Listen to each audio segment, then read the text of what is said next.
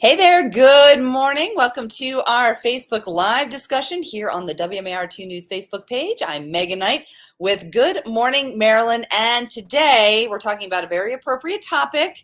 We got the holidays coming up. That means so much delicious food, but it also means that we might have the opportunity to overindulge a little bit. So we have Madison Friel here, who is a registered dietitian with GBMC's Comprehensive Obesity Management Program. And she's going to give us the hard truth about how to not start the new year off heavier than when we went going into the holidays. So, Madison, you got to give it to us straight. I know sometimes we don't want to hear it, but we got to know the hard truth about overindulging. So, before we get started, if you want to just kind of give us an overview of what the Comprehensive Obesity Management Program is at GBMC and your role in it. Yes, absolutely. Good morning, Megan. So I am one of two registered dietitians that works for GBMC's COMP program, or our Comprehensive Obesity Management Program. And we see bariatric and weight loss surgery patients both before and after surgery. So it's nice that lots of insurance companies cover these surgeries now, but there are a certain number of required nutrition appointments that you need to satisfy before being able to have the surgery. So we'll often see patients anywhere from 3 to 6 times before surgery, and then we also get to follow up with them after the fact. And support is a huge part of successful weight loss maintenance, which we recognize, right? So as the title alludes to, comprehensive, we have lots of people on our team to help our patients. So we work with you before, after, during, through. We have lots of support available. We also have an interactive Facebook page, which is really helpful. We have our patients on there, all of our surgeons on there. So you have people around you rooting for you for life, which is a really great part about the program. So if you are somebody who's been dealing with obesity for a while now, bariatric surgery is one of the most effective weight loss tools out there, and it may be appropriate for you. Very good. And also, of course, important to maintain that once you've had the surgery, as you've mentioned. By the way, I just want to let people know, if you have a question for Madison at any point during our discussion, please leave your question in the comment section, and we'll be sure to ask Madison throughout our chat. Okay, so maintenance is good. And I imagine, Madison, around this time of year, as a registered dietitian, you've probably got clients and also friends and family who are saying, okay, Madison, I know we've got Thanksgiving coming up. I really love that sweet potato casserole. So what are some easy tips that people can follow so that we don't overindulge at our next holiday party or holiday gathering? Absolutely. This is what people are trying to avoid every year. It comes around every year, and it seems like we're always battling with these same struggles, right? So the one thing I like to recommend is moving away from that all or nothing mentality. This can get us in a really sticky spot because we'll go back and forth between overeating, overindulging, and then being really, really restrictive, trying to compensate or make up for that. So I'm a dietitian that's very much so of the philosophy, everything can fit, everything in moderation. And this helps us ensure that we can have those things we want. We can indulge in those foods that we've been looking forward to all year, but also making sure that we're having those vegetables, including the fiber, including the fruit, so that we don't have to be super restrictive at one point or the other. So as we're preparing for the holidays, you really want to stick to your regular routine, right? So on average, folks are gaining anywhere from 1 to 5 pounds over the holiday season, and we're not losing it by spring, right? That's what studies are showing. So the best way to prevent this weight gain is really to stick to your normal schedules. What throws us off for the holidays is we're traveling, or we're eating out more, or we're eating other people's cooking rather than our own. So if you can stick to your schedule as much as possible, still eating your breakfast and your lunch, maybe some snacks before going to the big holiday dinner, that's going to take you really, really far. Very good. All right. Well, what about cheat days? You often hear people go, well, I can use Thanksgiving as my cheat day, right? I'll be really good up until that day, and then I'm just going to blow it all on one big meal. What would you say in terms of if that's a good strategy or not? Yeah, so this can work for some people and others not so much, right? That's the really hard part about nutrition. It is super individualized. So we like to say that nutrition is sort of 80-20, right? You want to stick to those healthy, nutritious meals, those whole foods, about 80% of the time. And then you can give yourself some wiggle room, some flexibility to include that slice of pie, right? Or those mashed potatoes you've been looking forward to. So there are some ways to do it, but it is important to keep in mind it's a lot easier to eat your calories than it is to burn them off. So lots of folks will view Friday evening, maybe Saturday, Sunday as sort of this free-for-all. And what can get us into trouble is if we let that sort of snowball and continue into the week, right? And this end of the year, these few months are really difficult because it's not just Thanksgiving. It's not just Christmas, right? Like we're starting in October with Halloween. We have the Halloween candy that never goes away for some reason. It's at work, it's at home. And then we get to the new year and it's not over. We've got Super Bowl parties, right? We just keep it going. So it's really important to recognize that our bodies, our weight, our health, it's going to reflect what we do on a consistent basis. So having those one-off meals, going to the dinner party, indulging at Thanksgiving, that's not what's going to set you back, right? It's if we let those things sort of take over and then set the trajectory for not the next week, but the next few months. Absolutely. And, let's say, all right, you kind of get off your game a little bit, right? You overindulge in Thanksgiving and then you're eating the leftovers on Friday and then you go out to dinner Saturday. Um, some people might go, well, you know what? Forget it. I've already gotten off track, so I might as well as just keep going with this. What would you say to that mindset? Yeah, so this is really going back to that all or nothing mindset, right? Like sometimes, say somebody brings donuts into the office in the morning, you have one and you're like, well, there goes that day, right? I'm just going to give up here. But we can think of it as digging a hole, right? Okay, so we ate that unhealthy item, we dig a little bit of a hole. Why are you going to keep digging it deeper and deeper throughout the day, right? We can just start patching it up instead. So rather than relying on this all or nothing mentality, we can always get back on track, start back with our healthy foods right at our next meal. So, of course, lots of research shows that people like to start diets on Mondays, but your body doesn't know that it's Monday. Your body doesn't know the difference, right? This is a big mental game that we play with ourselves. So the best time to start is the present. Very good.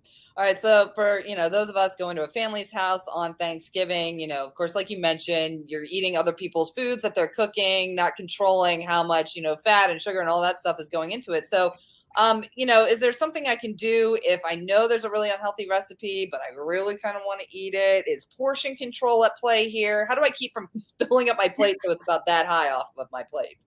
Absolutely. So it's going to go back again to who you are, right? Your relationship with food specifically. But I would be a hypocrite if I said, don't eat the food that you've been looking forward to all year. You know, I'm going to eat my mom's mashed potatoes, right? So it really depends on if you are the type of person where can you eat that food and move on, right? Move on with the rest of your day. Like you have that item, we have a portion of it, it satisfies that craving.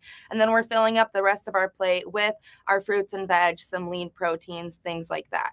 For some folks though, these meals or these recipes we've been looking forward to all year, they can be something that we like to call a trigger food.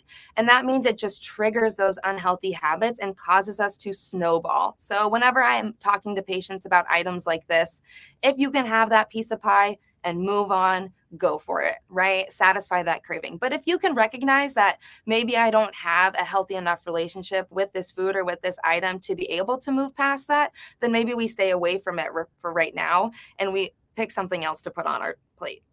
Very good. And maybe even talking about plates, is there any tricks that you can give us in terms of, making sure that I'm not, again, filling up my plate with food so that it looks like a small mountain? Should I try getting a smaller plate? Are there colors? Like, what are some ways that I can trick myself into going, okay, let's control the portions here? So there are a few tips and tricks that we can use to try to trick ourselves, right? Because a lot of eating is done with our eyes, unfortunately. So you can choose a smaller plate. If there are multiple plates at the table, like your appetizer one, your entree plate, you can always fill up your smaller plate, which gives you that feeling that you're eating a fuller plate. It's just smaller, right? And then the USDA actually has the My Plate template, which is a guide for how to put those foods on your plate so that you're creating a very nutritious, diverse meal. So what we like to think of is filling up half of that plate with fruits and vegetables. That's going to get you lots of fiber, all those micronutrients, those vitamins and minerals. And then a quarter of your plate, you want to fill up with those lean proteins. So whether you have turkey at the table or whether you're doing a plant-based option, you can fill a quarter of your plate with that. And then the other quarter of your plate, you can save for the bit more indulgent items, right? The stuffing, the sweet potato casserole, all those foods that we've been looking forward to. Absolutely. How do I keep myself from going to back to get seconds? That casserole was real good. That turkey's eyeing me up. Is there any tricks that I can do to kind of make sure that, before I go back for seconds, like, am I really hungry? Do I really want the seconds? Yes, absolutely. And if your family is anything like mine, I feel like when we were kids, it was a competition. Who Oh could yeah. eat more at Thanksgiving? Oh yeah. I lost every time I tried. Me But but it's really great to take some time in between your servings, right? So as much as we love the food at these holiday gatherings, it's just as much about the family and friends that we're surrounding ourselves with. So I like to encourage people to, in between servings or in between meals, take some time to step away from the plate, put the utensils down, and really enjoy the company of the people around you. Distract yourself from the food, focus on those relationships. Additionally, you want to make sure that you're staying hydrated, right? So we want to be drinking water or sugar-free beverages all throughout the day leading up to the meal, maybe even during the meal or between those different servings, because dehydration can really easily be mistaken for hunger. And on top of all of this, it can take a good amount of time, up to 20 minutes, for your stomach to actually tell your brain and vice versa that you're full. So those 20 minutes is where we can do a lot of overeating. And that's how we end up uncomfortable on the couch after those holiday meals, right? So give yourself a little bit of time to assess how you're feeling if you're still hungry. And then by all means, if you're still hungry, go ahead and fill your plate up with those whole foods, that lean protein, and those veggies. Well, and there's usually going to be leftovers too, right? So you can Oh, always yeah. look forward to something the next day. You don't have to eat it all in that one sitting, right? Yeah, and that's really important to think about. This all kind of comes from this scarcity mentality, right? And we can see it displayed in lots of different arenas in our life, but it really can play a role in overeating. So, the scarcity mentality refers to the idea that once something is gone, it's gone for good, right? So, we're really going to indulge when it presents itself. So, one way to get around that, especially with holiday recipes, is to make that food a couple times throughout the year, right? Like, there's no reason that I can only have my mom's mashed potatoes for Thanksgiving. We can still keep them as a special occasion sort of dish, right? Maybe we just make them for birthdays or big celebrations. But if we know that that item's coming around a few times during the year, maybe we won't feel the need to really overeat when that one time when it pops up. Yeah, that is such a great idea. Sweet potato Hmm. casserole 5 times a year. I'm Yep, totally down why for not? that. Why not? All right, I want to get your thoughts about doing cleanses, right? So Oh, again, all right, well yeah. that might be enough of a reaction right there. But yeah, so thoughts about doing a cleanse after a big meal or going to a party or something like that. Oh, yes. And if you're on social media, this is, of course, what is flooded on all of those platforms come January, right? We've got the juice cleanses, the detox teas, the supplements. I'm going to go ahead and say right now that they are unnecessary. All right. And here's the reason why. So, lots of these detox plans or the juice cleanses, they're just a calorie deficit. Or if you're doing a detox tea, it's honestly probably just a really harsh laxative, which is not what your body needs in that moment, right? So our organs are rock stars at cleansing our bodies and filtering our blood. It's exactly what they're designed to do. So rather than spending additional money on a product, which we've likely already spent a lot of money over the holiday season, right? The last thing we need to do is buy something else to help our body perform the normal functions that it's built to do. So instead of buying a supplement, we can support our organs by making sure that we're staying hydrated throughout the day, right? I love the analogy of a plant. You can put it in as much sun or as much shade as it needs, give it all the soil it wants. But if you don't hydrate that plant, it's not going to work out well. So baseline, we want to stay very, very hydrated. Additionally, we want to make sure that we are reducing our saturated fat intake, watching our sodium intake and sugar, things like that. These nutrients really put a burden on our organs, make them work a lot harder to process. And then we also want to think about all of the things that we're adding into our diet, right? So we always think about things we're taking out, things that we're restricting. When we really can switch our mentality and think about all the things that we can add into our diet, right? We can get excited about all of the new vegetable dishes we're going to try, new ways to cook foods that have less fat. So we can really focus on adding in fiber from those whole grains, fruits, vegetables, nuts, and seeds. Very good. All right. And also too, if you're traveling for the holidays, right? You're at somebody else's house, so you're not filling up the fridge with the things that maybe you would normally eat. Do you have any tips on the best way to stay on track or try to stay on track if you're, at grandma's house or you're traveling and you're not on that set routine like you usually have? Absolutely. This can be really, really tricky because, again, this is taking us out of our normal routine, which we already mentioned can lead to that weight gain. So, This can be difficult territory. You don't want to offend anybody that you're staying with.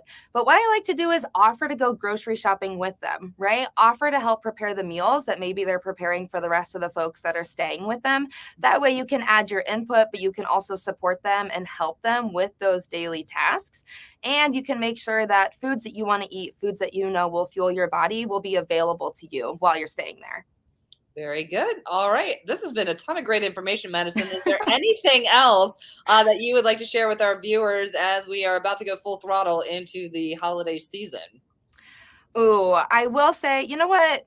Goals are really important all year round, right? But where we get off track with our goals is we make them way too lofty, right? So, for example, if I can run 1 mile, I'm not going to set out to run a marathon. Right? We want to pick something digestible, something that we can achieve.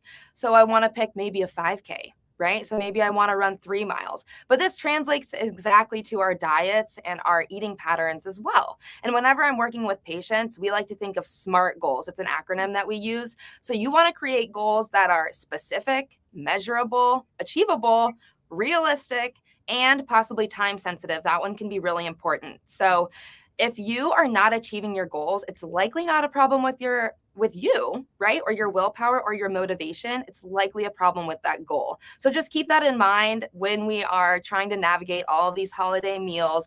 Make sure that you have realistic goals in mind for yourself, and also remember to celebrate the small wins, right? If you resisted that second piece of pie, give yourself a pat on the back, right? Recognize how much better you feel the next day, when you sleep well, when we're drinking less alcohol. Just really recognize all of the things that you're doing well for yourself as well.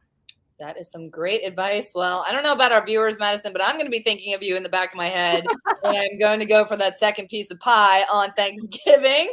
Thank you so much for all these great tips. Really, this has been very informative. So I appreciate you spending the time with us. Absolutely, Megan. Thanks so much for having me.